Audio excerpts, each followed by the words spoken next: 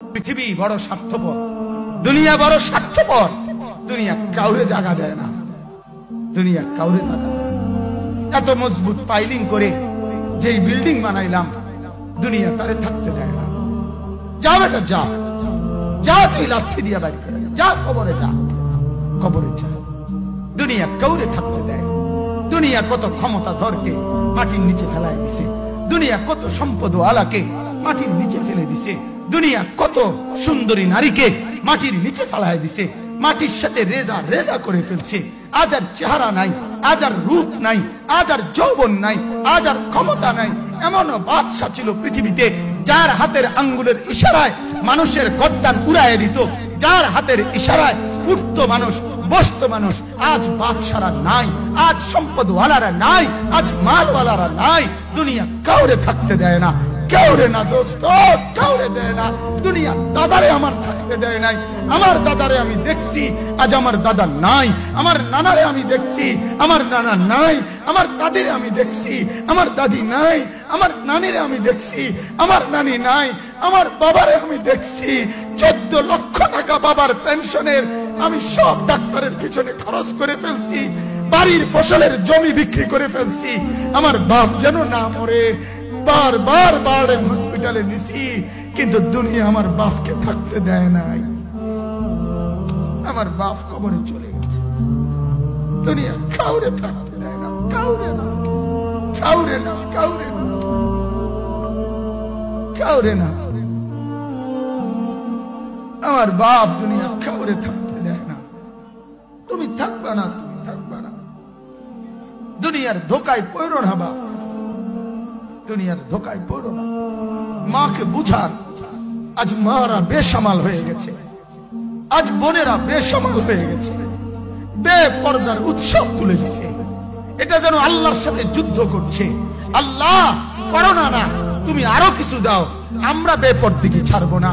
যুবক ছেলেগুলো যেন বলতেছে, আল্লাহ তুমি করোনা দেওয়ার চাই দাও, অশ্লীল ছবি দেখা, ফেসবুকে নর্তকী দেখা আমরা ছাড়বো না। দেখি তুমি কি করতে পারো, তুমি যা করার করো। দোকানদার ব্যবসায়ীরা হারামের লেনদেন করা বন্ধ করছে না, সুদখোর সুদ ছাড়ছে না, ঘুষখোর ঘুষ ছাড়ছে না, নাফরমান আর জিনাকার ব্যভিচারী এরা কেউ কিছু ছাড়ছে না। বেহায়ার বেপর্দা নারী তার অশ্লীলতার বেহায়াপনা ছাড়ছে না। মুসলমান তার ঘরে টেলিভিশনের নর্তকীর আওয়াজ তো বন্ধ করছে না। হায় করোনা কিভাবে যাবে, আযাব কিভাবে যাবে বলেন, বলেন, বলেন আপনারা।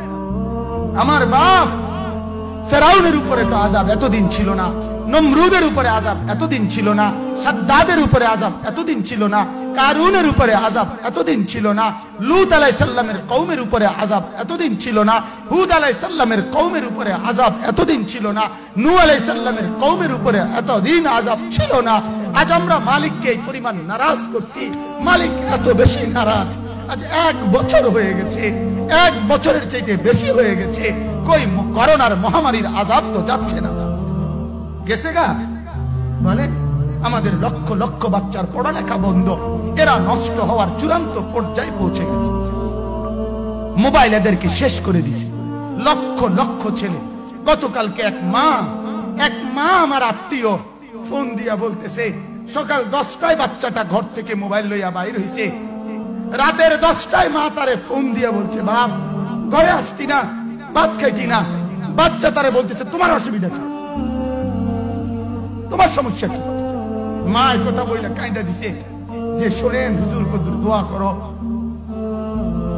এক বাচ্চা, এক ছেলে, সে যদি তার মাকে কথা বলতে পারে, তার মানে গুনাহ তারে এত মজা দিয়া দিছে, ফেসবুক তারে এত মজা দিয়া দিছে, ইউটিউব তারে এত মজা দিয়া দিছে, নর্তকী তারে এত মজা দিয়া দিছে, গুনার দৃশ্য তারে এত মজা দিয়া দিছে, সে মাকে ধমক দিচ্ছে।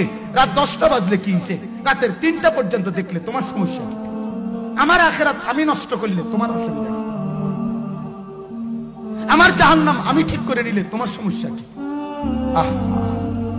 আল্লাহ আমাদেরকে মাফ করে দেন, আল্লাহ আমার জাতিকে মাফ করে দেন।